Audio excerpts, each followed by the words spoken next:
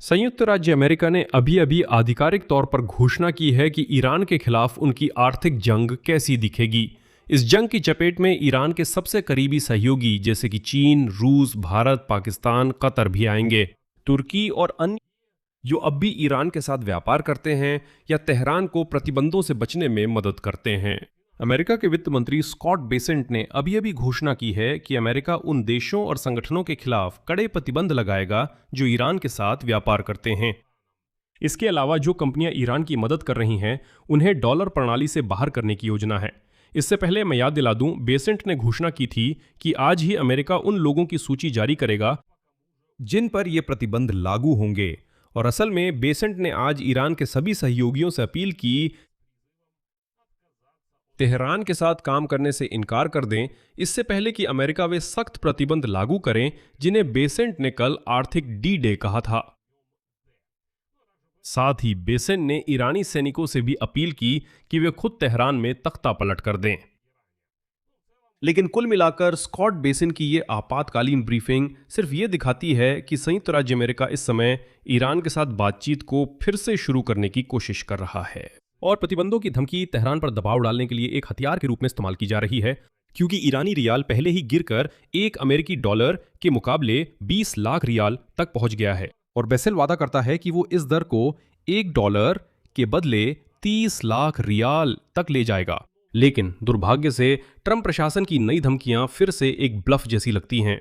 America के वित्त मंत्री ने इस सवाल का जवाब देने से इनकार कर दिया कि क्या संयुक्त राज्य अमेरिका उदाहरण के लिए चीनी बैंकों के खिलाफ प्रतिबंध लगाने के लिए तैयार है। ये एक ऐसा कदम है जो चीन और ट्रंप प्रशासन के बीच पहले से ही जटिल संबंधों को खतरे में डाल सकता है। लेकिन यही वे प्रतिबंध है जो तेहरान की विशाल वित्तीय धारा को रोकने में मदद कर सकते हैं, क्योंकि चीन ही है जो ईरान को पैसे से समर्थन देता है। वहीं दूसरी ओर आज प्रतिबंध लागू नहीं किए गए हैं, ये सिर्फ एक और धमकी थी, या जैसा कि बेसेंट ने कहा, ये एक आर्थिक चेतावनी के तौर पर दागी गई गोली थी। लेकिन आइए अब हम सब मिलकर इस पर विस्तार से चर्चा करें, क्योंकि कम से कम अब ये समझ में आने लगा है कि युद्ध की ये आर्थिक मॉडल कैसी दिखती है जिसे डोनाल्ड ट्रंप अभी पेश कर रहे हैं। मेरा नाम एलेक्सी पिची है। आइए हम सब मिलकर इस विषय पर चर्चा करें। लेकिन शुरू करने से पहले आपसे अनुरोध है कि चैनल को सब्सक्राइब करें, इस एपिसोड को लाइक करें और नीचे कमेंट करना ना भूलें। तो संयुक्त राज्य अमेरिका के वित्त मंत्री स्कॉट बेसेंट ने लगभग आधा घंटा पहले एक आपातकालीन ब्रीफिंग की, जिसमें उम्मीद की जा रही थी कि वे ईरान के खिलाफ नई व्यापक प्रतिबंधों की घोषणा करेंगे, आर्थिक युद्ध के चरण के तहत, जिसे उन्होंने खुद डी डे कहा था। यह कदम ईरानी शासन पर दबाव बढ़ाने के लिए उठाया गया है, मौजूदा अनिश्चितता की स्थिति में, जिसमें ना तो युद्ध है, ना शांति, ना ही कोई समझौता। एक अमेरिकी अधिकारी ने कहा कि द्वितीय प्रतिबंधों का विस्तार ही ईरान के खिलाफ मुख्य कार्रवाई होगी, कम से कम नवंबर में होने वाले मध्यावधि चुनावों तक,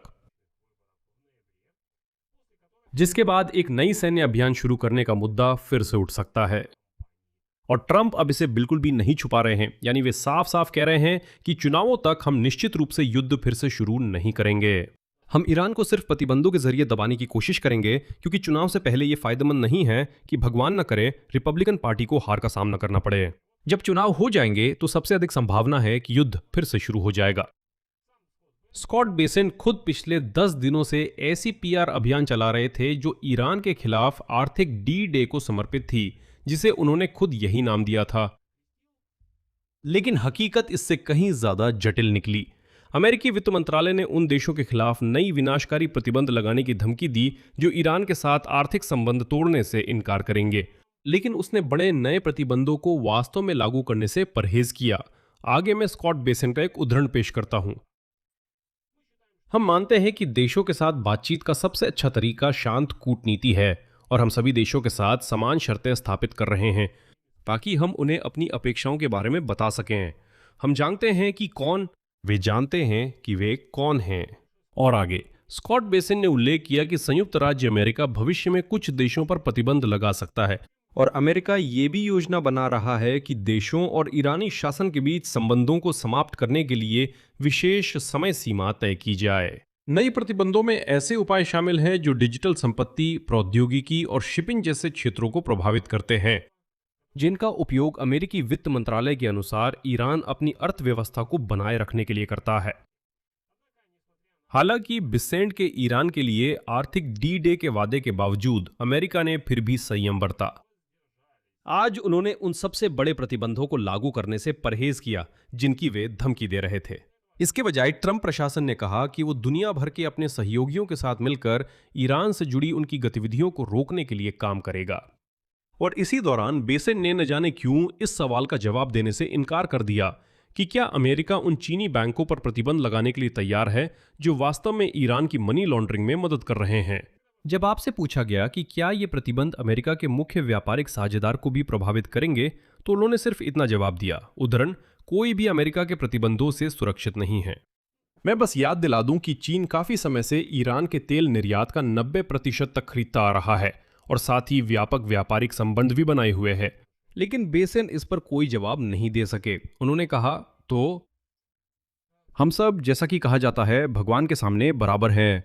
इसके अलावा स्कॉट बेसेंट की ये सारी धमकियां बहुत सस्ते ब्लफ जैसी लगती हैं। बेसेंट ने इस ब्रीफिंग में उन ठोस समय सीमाओं का जिक्र करने से इनकार कर दिया जब देशों को ईरान के साथ आर्थिक संबंध तोड़ने होंगे या फिर उन्हें अमेरिका की तरफ से वित्तीय प्रतिबंधों का सामना करना पड़ेगा। लेकिन बेसेंट ने कहा कि राष्ट्रपति डोनाल्ड ट्रंप ने कथित तौर पर दुनिया के नेताओं को फोन कर प्रशासन की मांगों के बारे में खास अनुरोध किए हैं ताकि तेहरान की आर्थिक रूप से अलग थलग करने के लिए अमेरिका के साथ सहयोग किया जा सके। हालांकि उन्होंने उन देशों का नाम बताने से इनकार कर दिया जिनसे ट्रंप ने ऐसा संपर्क बनाए रखा था। कुल मिलाकर वो कहते हैं कि सभी को ईरान के साथ सहयोग से इनकार करना चाहिए, लेकिन वे ये नहीं बताते कि उन्हें ये कब करना चाहिए और अगर वे ऐसा नहीं करते तो क्या होगा। इसी दौरान बेसेंट ने ईरानी सैनिकों को संबोधित किया और आगे मैं उनका उद्धरण प्रस्तुत करता हूं, साधारण सैनिकों से जो इस शासन का समर्थन करते हैं, क्योंकि आपकी तनख्वाहें लगातार बंद हो रही हैं या सिर्फ देर से मिल रही हैं, एक सवाल पूछिए, क्या आपके कमांडर आपके देश को जीत की ओर ले जा रहे हैं या विनाश की ओर? और याद रखिए, बर्लिन की दीवार गिर गई थी जब साधारण सैनिकों ने अपने ही लोगों पर गोली चलाने से इनकार कर दिया था। लेकिन सच तो यह है कि ट्रंप ने, मैं याद दिला दूं, इस साल की शुरुआत में, माफ कीजिए, ईरान में प्रदर्शनकारियों को छोड़ दिया था। यह अपील काफी निष्ठुर लगती है। मैं याद दिला दूं, जनवरी में जब वहां विरोध प्रदर्शन हो रहे थे और कई दसियों हजार लोग मारे गए थे, ट्रंप ने सार्वजनिक रूप से कहा था कि उठो, विरोध करो, ईरानी शासन के खिलाफ जाओ, हम अगर जरूरत पड़ी तो मदद करेंगे। मदद नहीं की। जब आज स्कॉट बेसेंट से कहा गया कि आपने तो आज ही आर्थिक डी डे करने का वादा किया था, आपने तो 10 दिन कहे थे, घोषणा की कि 24 तारीख को मैं आकर सब कुछ बताऊंगा, लेकिन आखिर में आप कुछ बड़बड़ा रहे हैं कि शायद कभी किसी के खिलाफ कुछ प्रतिबंध लगाए जाएंगे। किसके खिलाफ होंगे ये अभी नहीं बताऊंगा, कब होंगे ये भी पता नहीं, लेकिन इतना तय है कि बहुत सख्त होंगे। इस पर बेसेंट ने जवाब दिया कि घोषित किया गया आर्थिक डी डे एक चेतावनी भरा संकेत है। आगे उनकी बात का उदाहरण, हम मानते हैं कि चेतावनी भरा संकेत देना और अपेक्षाओं को और स्पष्ट करना उचित होगा। अमेरिका सभी को अनुचित व्यवहार सुधारने का मौका देता है और बिना चेतावनी के तुरंत प्रतिबंध लगाना वैश्विक वित्तीय प्रणाली को हिला सकता है। अब आगे वो खुद ही अपनी बातों का विरोध करते हैं, क्योंकि शुरुआत में, मैं याद दिला दूं, उन्होंने कहा था कि वो कोई डेडलाइन नहीं बताएंगे, लेकिन फिर उन्होंने जोड़ा, उद्धरण, हम मानते हैं कि अंतिम समय सीमा तय करना और लोगों को सुधारने का समय देना जरूरी है, लेकिन उन्हें यह पता होना चाहिए कि यह प्रक्रिया बहुत तेज होगी और हम इसे लेकर गंभीर हैं।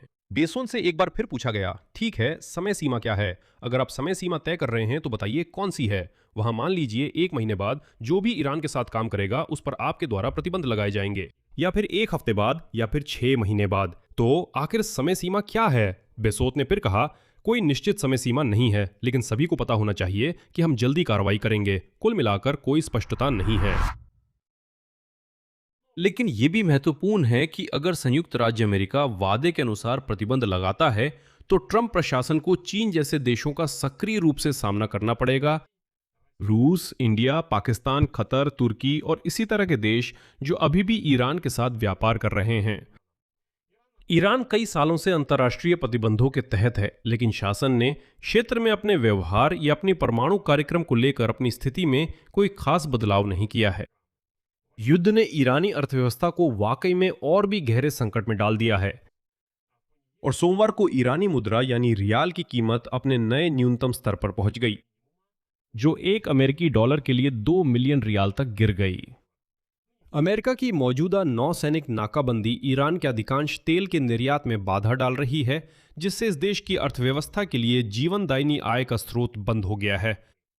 दूसरी ओर ईरानी नेतृत्व ने अमेरिका की आर्थिक अलगाव की नई लहर की धमकियों को कम करके दिखाने की कोशिश की और यहां तक कि उन देशों को जवाबी कार्रवाई की धमकी भी दी जो, इसका मतलब, संयुक्त राज्य अमेरिका के साथ प्रतिबंध लगाने के मामले में सहयोग करेंगे। यानी जो देश ईरान के साथ व्यापार करने से इनकार करेंगे, ईरान उन्हें हमलों, मिसाइलों और ड्रोन से सजा देने के लिए तैयार है। इसी समय कई उच्च पदस्थ ईरानी नेताओं ने स्वीकार किया है कि आर्थिक पतन का खतरा पूरी तरह से वास्तविक है। ईरान के राष्ट्रपति मसूद पिज़ाशकियान ने कहा कि सरकार आर्थिक घाटे से इनकार नहीं करती और उन्होंने जोर देकर कहा कि ईरान को अभी तुरंत युद्ध रोक देना चाहिए जब तक वो पर्याप्त मजबूत स्थिति में है। वहीं ईरानी संसद के अध्यक्ष मोहम्मद बागिर गलीबाफ ने कहा, उद्धरण, चाहे हमारे पास कितनी भी सैन्य शक्ति क्यों ना हो, अगर लोग भूखे हैं और हमारे पास वित्तीय लेन देन, आर्थिक विकास और घरेलू उत्पादन नहीं है तो हम टिक नहीं पाएंगे। इसी वजह से अभी अमेरिका और ईरान दोनों पक्ष फिर से बातचीत की ओर बढ़ रहे हैं। जब बेसेन ने प्रतिबंधों की धमकी दी, पाकिस्तानी सेना के कमांडर फील्ड मार्शल असीम मुनीर तेहरान में ईरानी संसद के स्पीकर मोहम्मद बागिर गलीबाफ से मिले। आज वे वहां खास तौर पर पहुंचे और सूत्रों के अनुसार अमेरिका इसमें पूरी तरह से रुचि रखता है कि पाकिस्तान फिर से ईरान को बातचीत की मेज पर वापस लाए। और जैसा कि आप समझ सकते हैं, ये सारी प्रतिबंधों की धमकियां ईरान को रियायतें देने के लिए मजबूर करने की कोशिश है। मतलब अगर आप नहीं मानेंगे तो देखिए, बहुत बुरा होगा। लेकिन सच ये है कि ट्रंप प्रशासन के लिए एक बड़ी कमी ये है कि अब उसकी धमकियों पर बहुत कम लोग विश्वास करते हैं, क्योंकि इस पूरी जंग के दौरान उसने इतनी बार डेडलाइन तय की, इतने अल्टीमेटम दिए, लेकिन एक भी पूरा नहीं किया। इसलिए विश्वास करना या ना करना, मुझे लगता है कि तेहरान में समझते हैं कि हाँ, शायद कुछ समस्याएं हो सकती हैं, लेकिन मुझे यकीन नहीं है कि वे इन धमकियों पर 100% भरोसा करते हैं। यहां मैं विराम लगाता हूं। अपनी राय, अपने निष्कर्ष इस एपिसोड के नीचे कमेंट में लिखें। चैनल को सब्सक्राइब करें, बेल आइकन दबाएं और लाइक करना ना भूलें। बस इतना ही। अपना ख्याल रखें। सबको अलविदा।